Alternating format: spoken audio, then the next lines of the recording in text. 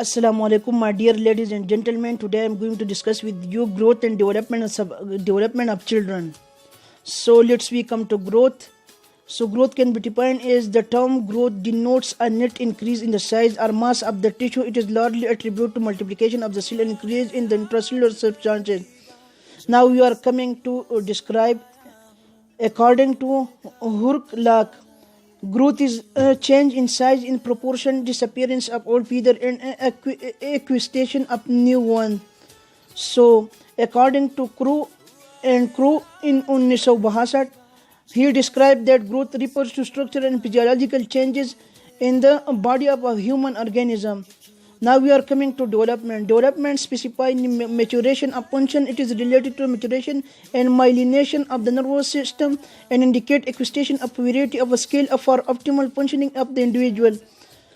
According to Hurk in 1959, he described that development means a progressive series of changes that occur in an orderly, predictable pattern as a result of maturation experience.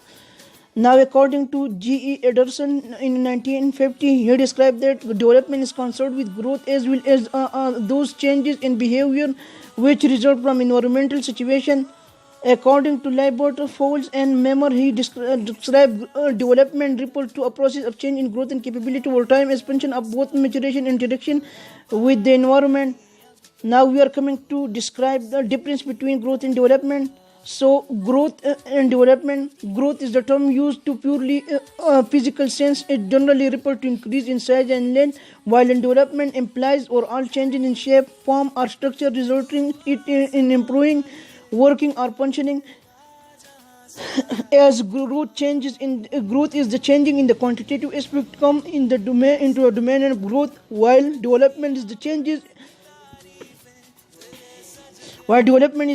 in the quality or character rather than the quantitative aspect comes in this domain. Growth is the part of development process. Development in its quantitative aspect is termed as growth, while development it is the comprehensive and wider term and refers to overall changes in the individual. Growth does not continue throughout life. It stops when maturity has been attained, while development is wider and comprehensive term and refers to all changes in the individual. It continues throughout life and it's progressive. Growth involves body changes, while development involves changes of an orderly, coherent type tending toward the goal of maturity. The change produced by the growth are the subject of measurement. They may be qualified, while development implies improvement in functioning and behavior and hence bring a qualitative changes which are difficult to be prevent diseases. Growth is cellular. It takes place due to the multiplication of cell, while development is organizational. It is organization of all the parts which growth and differentiation have produced. Growth may or may not bring development, while development is also possible without growth. Now we are coming to describe principle of growth and development. Development is a continuous process from conception to maturity. Development depends on the maturation and myelination of nervous system. The sequence of the development is the same for all children, but the rate of development varies from child to child. Certain primitive reflexes anticipate corresponding voluntary movement and have to be lost before the voluntary movement are developed. Development follows a direction and uniform pattern. Generalized mass activity given away to specific individual response principle of hierarchical integration. Development lacks uniformity of rate. Development proceeds from general to specific response.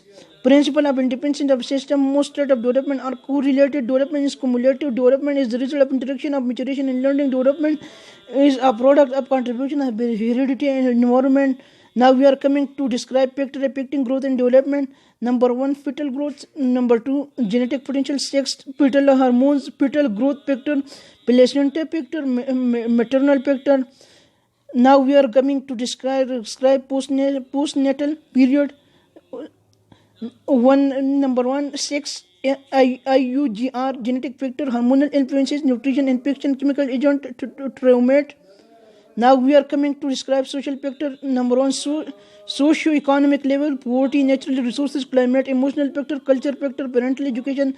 Now we are coming to describe laws of growth. Growth and development in children is a continuous and orderly process. Growth pattern of every individual is unique. Different pattern in the body grow at different rate. Now we are coming to describe development and age period. In infancy, nutate birth to 1 month, infancy 1 month to 1 year, early child 2 year 1 to 3 year, preschool 3 to 6 year. Now we are coming to describe middle child, school age 6 to 12 year, late childhood, adolescent 13 year to approximately 18 year. Now we are coming to describe somatic growth. Somatic growth is the skeletal growth and bone age estimation, eruption of teeth. Now we are coming to describe eruption of teeth. Eruption of primary teeth is in the upper arch at 10 month is central increaser, and the lower arch is 8 month. In later in